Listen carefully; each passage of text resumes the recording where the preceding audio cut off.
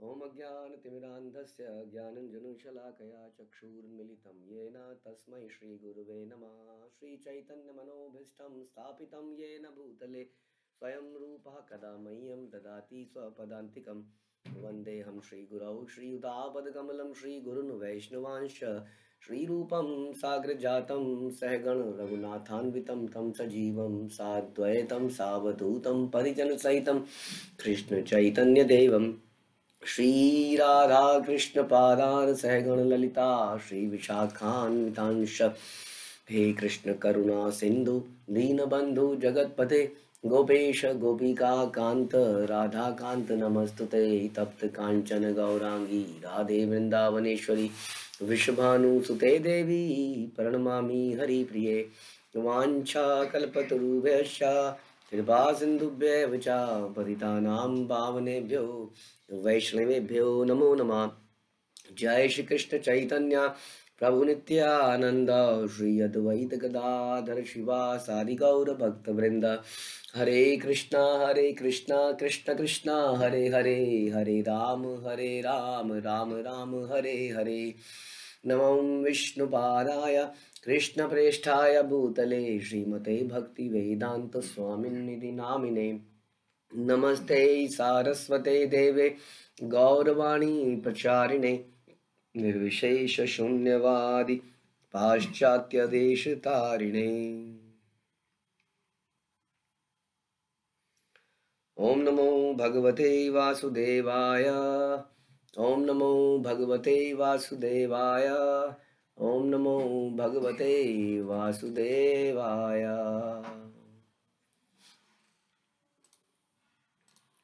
ये बाद में लेता नहीं हूँ मैं।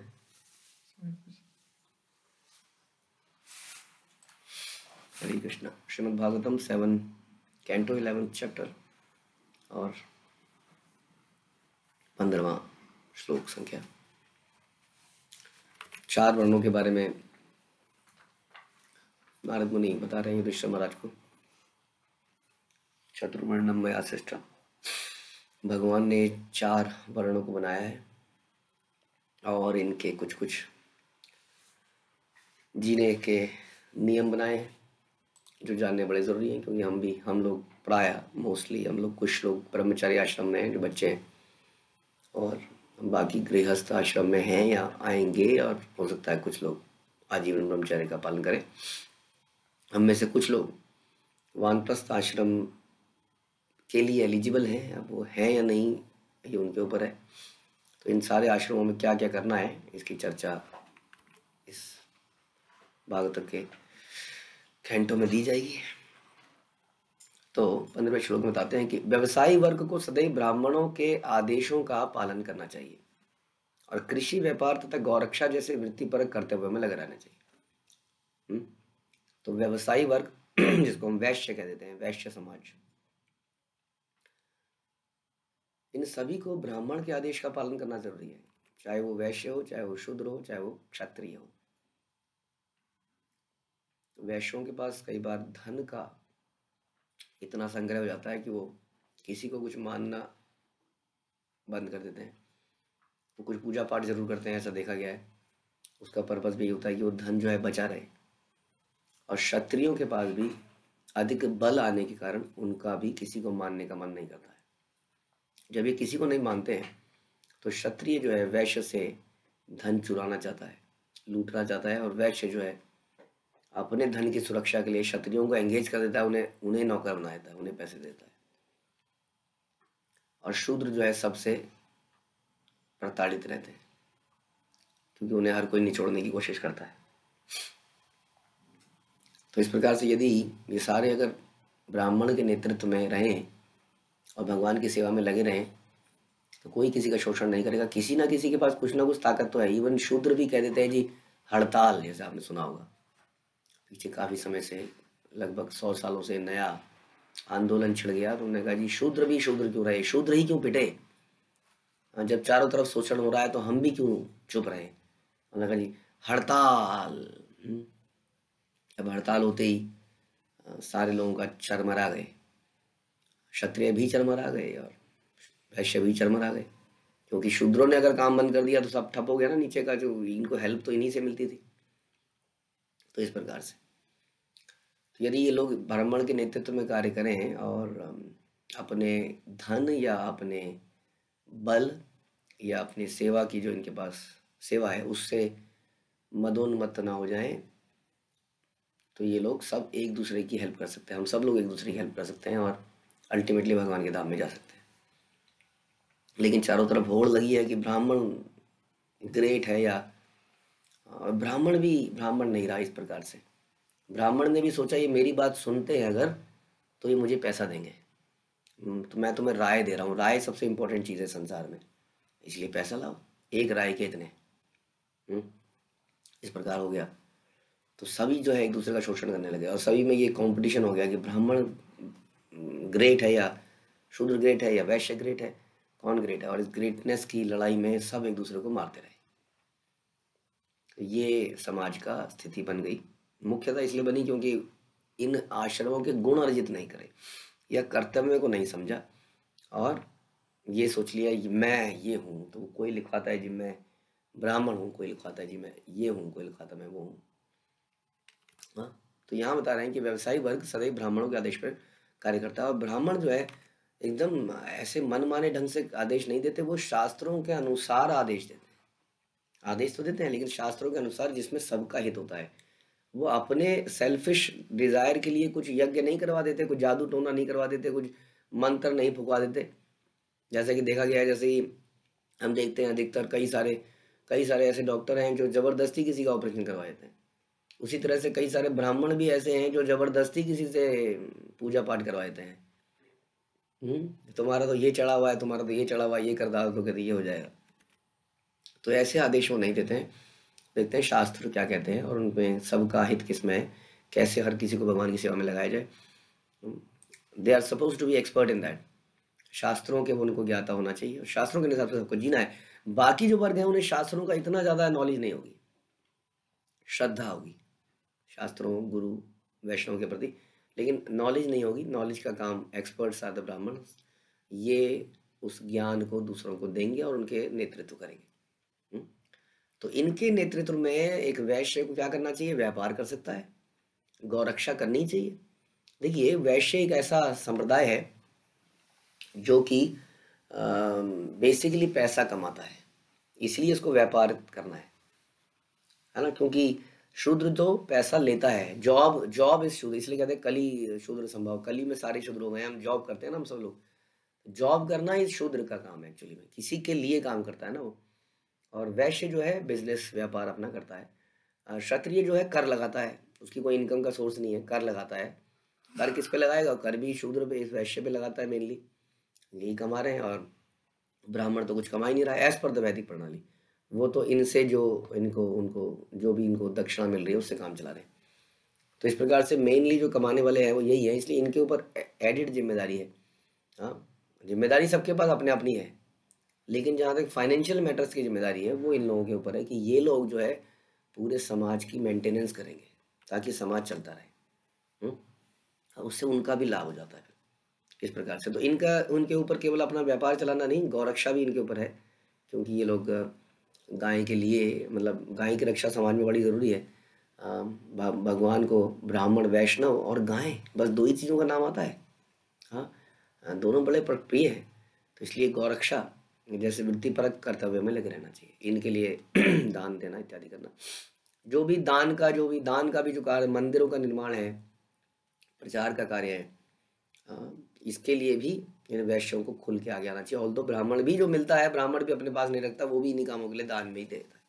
क्योंकि बताया गया कि दान जो है, दान जो है कभी किसी भी वर्ग के लिए, किसी भी एज में, सबके लिए है, किसी भी एडवांसमेंट स्टेज में कभी जो है दान बंद नहीं होना चाहिए, ऐसा बताते हैं। तो शूद्र का एकमात्र कर्तव्य है कि उच्च वर्ण में किसी को स्वामी बनना, किसी को स्वामी बनाना और उसकी सेवा करना।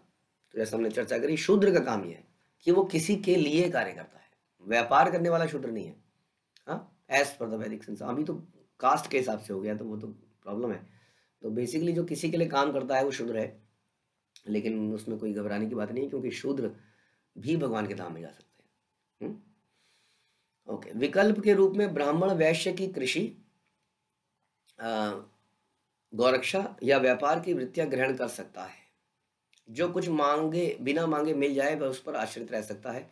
वह प्रतिदिन धान के खेत में जाकर भिक्षा मांग सकता है और वह स्वामी द्वारा खेत में थोड़ा अन्न इकट्ठा कर सकता है या अन्न के व्यापारियों की दुकान में पिछड़े गिरे हुए अन्न को एकत्रित कर सकता है। जीविका के 4 साधन हैं जिन्हें ब्राह्मण अपना सकते हैं। इन चारों में से प्रत्येक साधन अपने पिछले से श्रेष्ठ है। हाँ, तो ब्राह्मण क्या कर सकता है? एक तो ब्राह्मण क्या कर सकता है? कृषि, गौरक्षा, इसके इसके स्थिति पे आ सकता है कि वृत्तियां ग्रहण कर सकता है। बिना मांगे जो उसे मिल जाए उस पर आश्रित रह सकता है।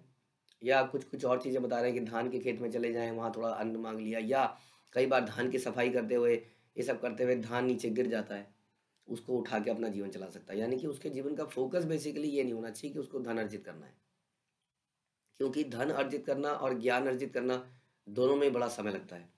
वैश्य धन अर्जित करने में पूरा समय लगा रहे हैं और ब्राह्मण ज्ञान अर्जित करने में और उसको अप्लाई करने में। तभी तो बताएगा ना किसी को, किसी चीज़ को समझेगा, अप्लाई करेगा, तब समझ में आएगा हाँ इससे ऐसा होता है।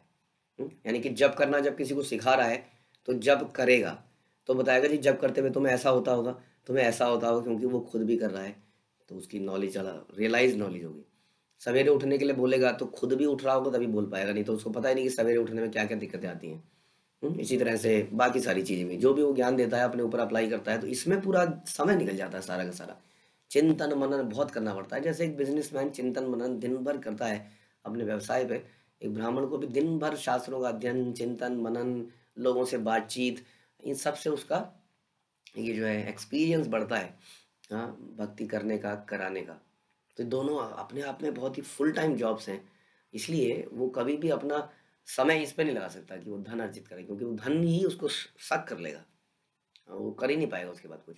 तो जो लोग धन अर्जित कर रहे हैं वो इन लोगों से गाइडेंस ले लें तो उनका काम इस तरह से सोसाइटी बैलेंस हो जाती है। जैसे कि परिवार में एक पति है जो दिन भर काम कर रहा है, जो कि फुल टाइम जॉब है, कैसे कहाँ कमाएगा, नहीं तो बच्चों पे उतना ध्यान नहीं दे पाएगा। हाँ, बहुत समय बच्चों को चाहिए, तो माता जो है बच्चों पे फोकस कर लेती है। तो धन पति से आ जाता है, बाकी जो कॉन्शियसनेस है, घर में पूजा पाठ है, सफाई है, बच्चों को संस्कार देना, ये माता से आ जाता है। हाँ, और इस प्रकार से घर बैलेंस हो जाता है। उसी तरह से समाज भी ऐसे बैलेंस होता है। तो कभी कभी ब्राह्मण को दान में जमीन तथा गायें मिल जाती हैं और इस तरह वैश्य की भांति अपनी जीविका उपार्जित कर सकता है, जिसमें भूमि में खेती करना, गायों की रक्षा करना, आवश्यकता से अधिक अपनी बची हुई वस्तुओं को बेचना सम्मिलित है। ओके, किंतु श्रेष्ठतर विधि है कि वो बिना इन कामों में ना लगे, बता रहे हैं। क्योंकि इन कामों में लगेगा तो जैसे मैंने बताया कि उसका सारा समय लग जाएगा इसी में। तो उसको बेसिकली कई बार दान ही मिल जाता है, वो दान से वो काम चलाता है, लेकिन उस दान से वो इंद्रिय तृप्ति नहीं करता कभी और कर भी नहीं सकता। ब्राह्मण इंद्रिय तृप्ति कर ही ना कर, वो ब्राह्मण इंद्रिय तृप्ति कर रहा है तो ब्राह्मण नहीं है ना, वैष्णव कैसे इंद्रिय तृप्ति कर सकता है? हाँ, जो ब्रह्म को समझ गया, जो समझ गया जन्म मृत्यु का पर्व क्या है, जीव जीव संसार में दोबारा कैसे आता है, अगर वो यही सब कर रहा है तो फिर वो ब्राह्मण कैसे कहा जाएगा? तो इसीलिए वो ब्राह्मण ही नहीं है, ब्राह्मण बंधु हो सकता है। इसलिए इंद्रिय तृप्ति का सवाल ही नहीं पैदा होता। Right, okay. आपातकाल के अतिरिक्त निम्न लोगों को उच्च वर्ग के वृत्ति पर कार्य नहीं करने चाहिए। निम्न लोगों को उच्च वर्ग के कार्य, यहां बताया गया कि उच्च वर्ग के लोग निम्न वर्ग का काम कभी कभी कर सकते हैं। जैसे हमने देखा कि कई बार एक उच्च वर्ग का आदमी नीचे वर्ग का काम, अभी अभी हमने सुना कि एक ब्राह्मण जो है ऐसी किसी स्थितियों में गौरक्षा इत्यादि के कार्य में लग सकता है। ऑल्दो उसका काम मुख्यतः शास्त्रों का पठा पाठन, यजा यजन, दान प्रतिग्रह, ये उसके कार्य हैं। शास्त्रों को पढ़ना, पढ़ाना, भगवान की सेवा करना, कराना, दान करना, दान कराना। लेकिन इसके अतिरिक्त वो कभी कभी निम्न कार्यों में या निम्न वर्ग के कार्य में लग सकता है। लेकिन निम्न वर्ग के कार्य को व्यक्ति को उच्च वर्ग का कार्य नहीं करना चाहिए, क्योंकि वो उसके लिए एलिजिबल नहीं है, उसके लिए नॉलेजेबल नहीं है। लेकिन इसका मतलब ये अगेन ये मत समझ लेना कि उसका वर्ग चेंज नहीं हो सकता। वो विद ट्रेनिंग, विद तपस्या अपना वर्ग अपना ये चेंज कर सकता है।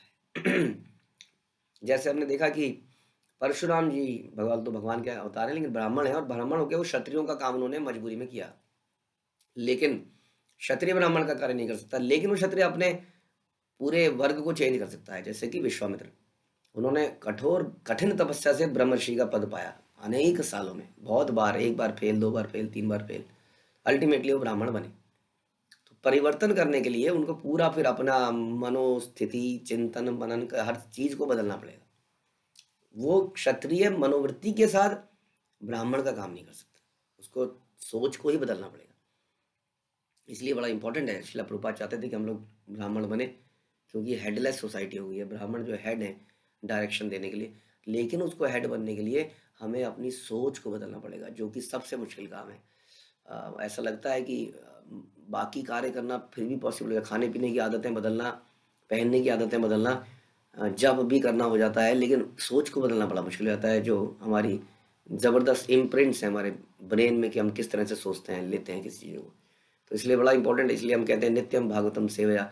जब नित्य भागवत सुनते हैं, उससे धीरे धीरे ये विचार, सोचने की क्षमताएं, सोचने का तरीका, जीवन की हैबिट्स बदलने लगती है। तो बड़ा इम्पोर्टेंट है, क्योंकि ये अनेक सालों से हमारे दिमाग में ये इम्प्रिंट्स पड़े हुए हैं, उनको बदलना बड़ा मुश्किल है। जब तक हम कंटिन्यूसली इसको नहीं चोट मारेंगे, कंटिन्यूसली चोट नहीं मारेंगे, तब तक ये बदलेगा नहीं। अब देखते हैं कि 5-10 साल तो मुझे लगता है इसमें कहीं नहीं गए, 5-10 साल में भी वो चेंजेस नहीं आ सकते अगर ध्यान से सुने तो। हाँ, ये है कि कई लोग बहुत ही ज़्यादा फोकस होकर करते हैं तो बहुत जल्दी परिवर्तन आता भी है, बट कंटिन्यूसली काम करने की आवश्यकता है। इसलिए आपातकाल के अतिरिक्त निम्न लोगों को उच्च वर्ग के में वृत्तिपरक कार्य नहीं करने चाहिए। हाँ, यदि आपातकाल हो तो क्षत्रिय के अतिरिक्त अन्य सभी लोग अन्यों की जीविकाएं स्वीकार कर सकते हैं। तो प्रभुपाद बता रहे हैं कि निम्न जाति के लोगों को केवल आपातकाल में बता रहे हैं, विशेष रूप से वैश्यों या शूद्रों को ब्राह्मण के वृत्तिपरक कार्य नहीं करने चाहिए, क्योंकि एक्चुअली ब्राह्मण में सबसे ज़्यादा ना माइंडसेट का चेंज है, बहुत बड़ा चेंज है उसमें, ये प्रॉब्लम है। इसलिए उसको अता नहीं करना है। उदाहरण ब्राह्मण का वृत्तिपरक कर्तव्य वेदों का अध्ययन है, अध्यापन है, किंतु जब तक आपातकाल ना हो, क्षत्रिय वैश्य शूद्रों को यह वृत्ति नहीं अपनानी चाहिए। लेकिन क्या हुआ, ऐसा पिछले कुछ सालों में देखा गया कि ब्राह्मण का जो प्रोफेशन बना दिया गया, तो प्रोफेशन कहते हैं, लोग कहते हैं साधु बनना सबसे बड़ा बिजनेस है भैया। अपने बच्चों को तुम इंजीनियर बनाओगे, अकाउंटेंट बनाओगे, कितना कमा लेगा, साधु बना लोगे तो कितना कमाएगा। ऐसा सोच के कई लोग साधु बनने लगे। करना क्या है, दाढ़ी बढ़ा लेनी है, कुछ ऑरेंज कपड़ा पहन लेना है, बन गए साधु। कमंडलू ले लो और कुछ कुछ बोलना शुरू कर दो, समय परिस्थिति के अनुसार लोगों को क्या अच्छा लगता है ऐसा कुछ कुछ बोलना शुरू करो, और साधु बन गए। अब ऐसे बहुत सारे साधु हैं जो बहुत कुछ बोलते हैं, बहुत कुछ बोलेंगे पृथ्वी के बारे में। अरे पर साधु का काम तो कुछ और है, कहेंगे ग्लोबल वार्मिंग है, देखिए जी कैसे पोल्यूशन बढ़ रहा है, चाय को छोड़ देने से क्या क्या लाभ है, स्वास्थ्य के क्या क्या लाभ हैं, देखिए ये चीजें करेंगे तो खुश रहेंगे, बोलो हा हा हा हा हा। तो कोई किसी को हंसा रहा है, कोई किसी को ताली बजवा रहा है, कोई ग्लोबल वार्मिंग पे बात कर रहा है, कोई बोल रहा है कि ये गलत है, ये स्त्रियों के साथ अत्याचार है, ये हम नहीं सहन करेंगे, ये गलत है, हाँ बराबरी होनी चाहिए समाज में, ये गलत हो रहा है। कुछ कुछ ऐसी बातों में चर्चाएं करेंगे। बहुत बातें हैं, चर्चाएं की जो लोगों को बड़ी अच्छी लगती है, हाँ अट्रैक्टिव होती हैं बातें। जैसे कि वेदों की अलंकारमयी भाषा, भगवान कहते हैं अर्जुन को कि इनके चक्कर में मत पड़ो, ये अलंकारमयी भाषाएं हैं, इसमें बहुत शुभ अशुभ चीजें बताई गई हैं। आपके घर में ये शुभ है, घर के बाहर एक स्वास्तिक चिन्ह बनाइए, दाएं हाथ पे जरूर बनाना, बाएं हाथ पे नीले रंग का, दाएं हाथ पे लाल रंग का। तो ये बातें बड़ी भाती हैं। हाँ, ऐसे एक लाफिंग बुद्धा अपने घर के आगे लगा दीजिए ऐसे करके, ताकि जो भी ऊपर से गिरेगा वो उसी के ऊपर गिरेगा, वो उसको रोक लेगा। और जो बुद्धा जो है, बुढ़ा हो चुका है वो, वो क्या करेगा, वो कैसे लोड करेगा, नीचे से जब आ जाएगा तो क्या करेगा, उसने तो ऊपर संभाल रखा है। तो ये चीज़ें लोगों को बड़ी अच्छी लगती हैं। कुछ वो टिंकलिंग करते हुए कुछ घंटियां घर के आगे रखिए, बहुत सारे ऐसे, ये है वेदों की अलंकारमयी भाषा, something like that, although not exactly like this, कि ये करोगे तो ये अच्छा हो जाएगा, तो बड़ा अच्छा लगता है। तो इनके बारे में चर्चाएं बड़ी अच्छी लगती हैं। तो ये जो है वास्तविक ब्राह्मण नहीं है। वास्तविक ब्राह्मण क्या बोलता है, मेनली ब्राह्मण का कार्य ये होना चाहिए, भगवान से आपका क्या रिश्ता है, भगवान कौन है, आप कौन हो, हाँ, कैसे भगवान के धाम में वापस जाए, जो ये नहीं बता रहा है। वो कैसे गुरु बन गए हैं, कोई जगत गुरु बन गया है कुछ, हाँ, कोई उसका गुरु के आगे अलग अलग वर्ड लगते जा रहे हैं, हाँ, जगत गुरु, और षड गुरु और सदगुरु और फट गुरु और ये गुरु और बहुत तरह के गुरु गुरु बनते जा रहे हैं। बट क्या वो आपको बता रहे हैं कि भगवान कौन है और भगवान से क्या रिश्ता है आपका, और भगवान के धाम में कैसे जाए। बहुत सारी चर्चा हो रही है। आइए आप आपको बताएंगे रिलेशनशिप कैसे मैनेज किए जाए। अपनी पत्नी को रोज सवेरे एक लाल गुलाब का फूल दीजिए, पत्नी से रिश्ता अच्छा रहेगा।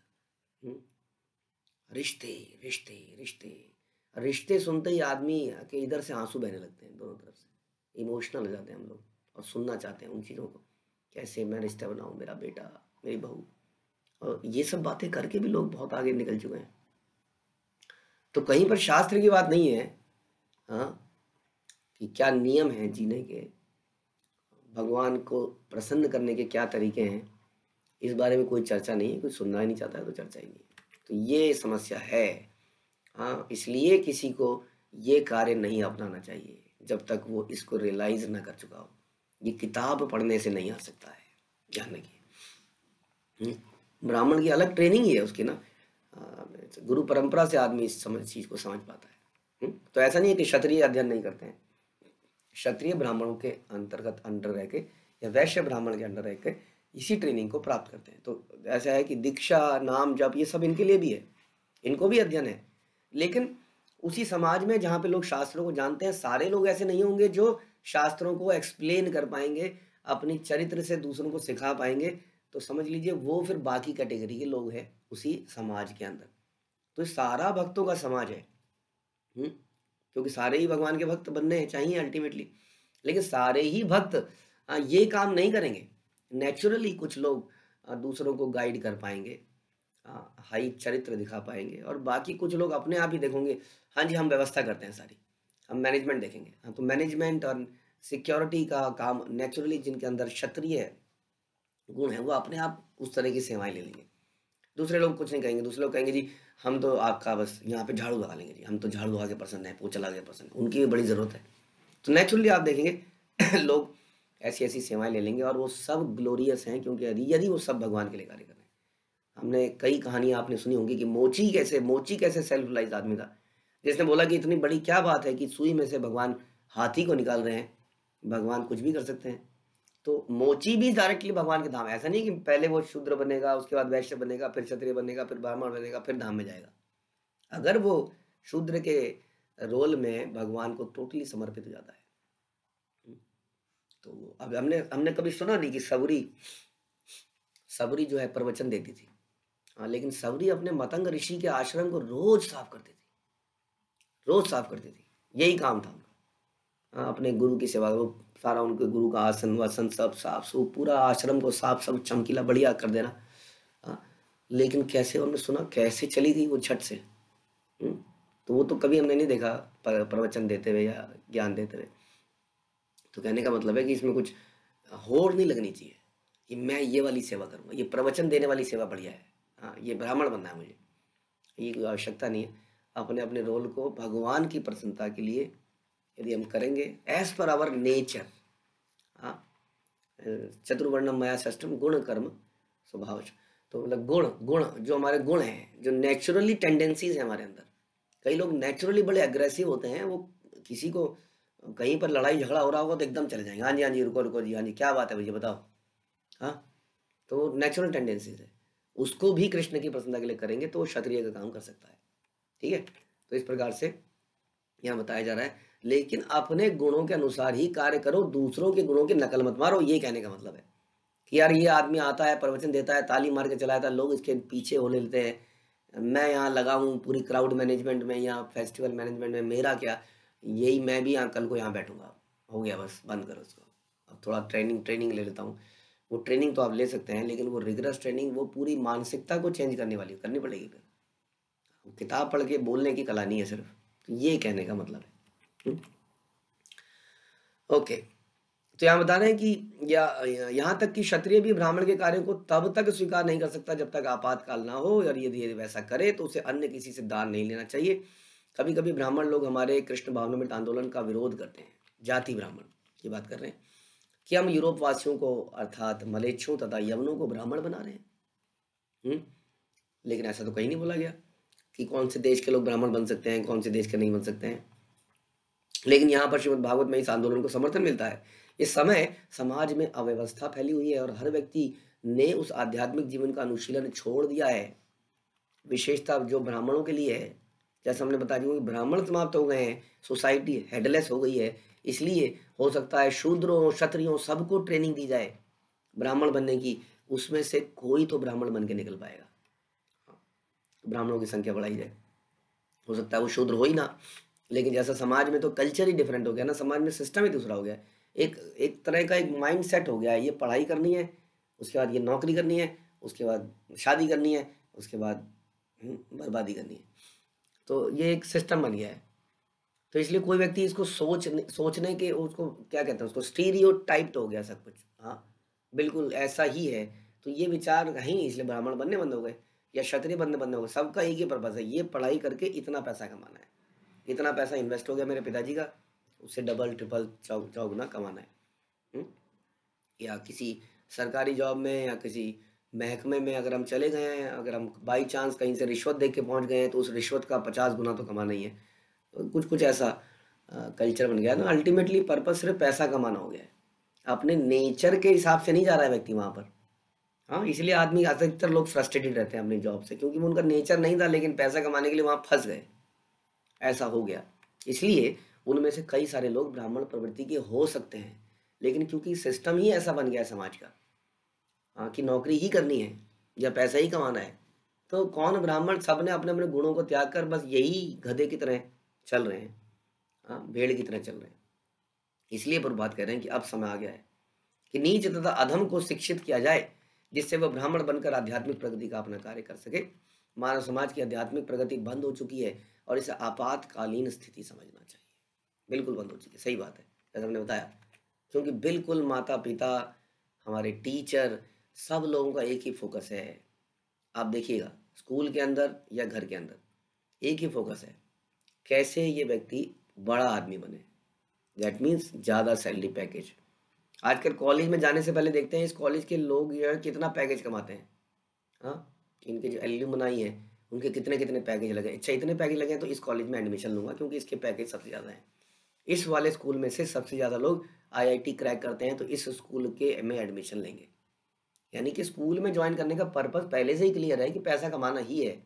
इसलिए बता रहे हैं ये आपातकालीन स्थिति हो चुकी है। और जब 4 लोग ऐसे कर रहे हैं, जो नहीं करने का मन भी था वो भी कह रहे हैं यार ये क्या, किसी का मन था कि वो बाई चांस हमने सोचा, किसी का मन किया कि वो थोड़ा फिलॉसफी और ये पढ़ना चाहता है, उसका इंटरेस्ट आ रहा है, लेकिन वो गया बेचारा फिलॉसफी पढ़ने, कॉलेज में एडमिशन लिया, दोस्त की जॉब लग गई 5 लाख, किसी का पैकेज 10 लाख। अब उसके घर वालों ने प्रेशर, तू क्या सड़ता रहता है, ये क्या पढ़ता रहता है यहाँ पर, दिमाग खराब, तेरा पैसे दे दे के पागल हो गए हम लोग, हाँ, क्या कहीं पर है तेरे को 10,000 भी देगा कोई तेरे को। और धीरे धीरे उस आदमी के अंदर भी इन्फीरियोरिटी कॉम्प्लेक्स आया हुआ है। वो कहता है देखो हाँ यार, इस सब का मेरे साथ चले थे, कहाँ पहुँच गए। हाँ, आजकल टीचर कहना तो गलत होगा कि टीचर भी आजकल बहुत कमा रहे हैं, नहीं तो आदमी कोई टीचर बनना चाहे, अगर क्या स्कूल का है, मास्टर बन चुका है, देख अपने बराबर वालों को। अब मास्टर की सैलरी नहीं होती थी उस ज़माने में, जैसे बोला कि मास्टर एक्चुअली में वो ब्राह्मण थे उस ज़माने में, क्योंकि टीचर मतलब ब्राह्मण।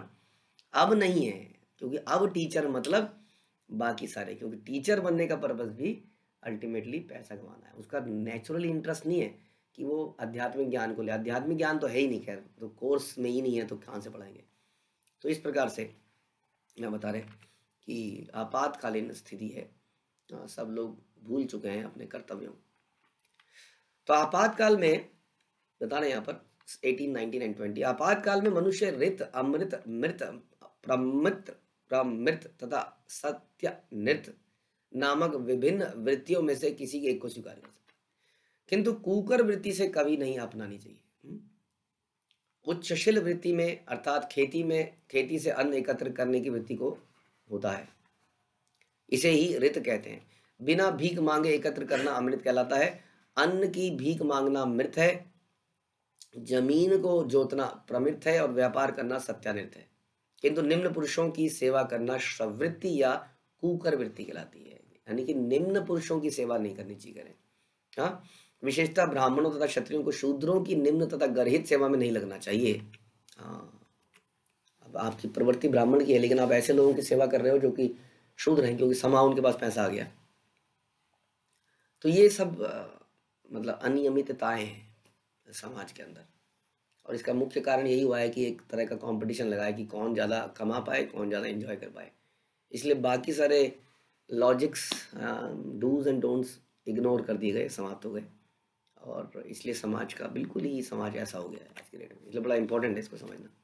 विशेषतः ब्राह्मण तथा क्षत्रियों को शूद्रों की निम्न तथा गरित सेवा में नहीं लगना चाहिए। ब्राह्मणों को समस्त वैदिक ज्ञान में पटु होना चाहिए, और क्षत्रियों को देवताओं की पूजा से भली भांति परिचित होना चाहिए।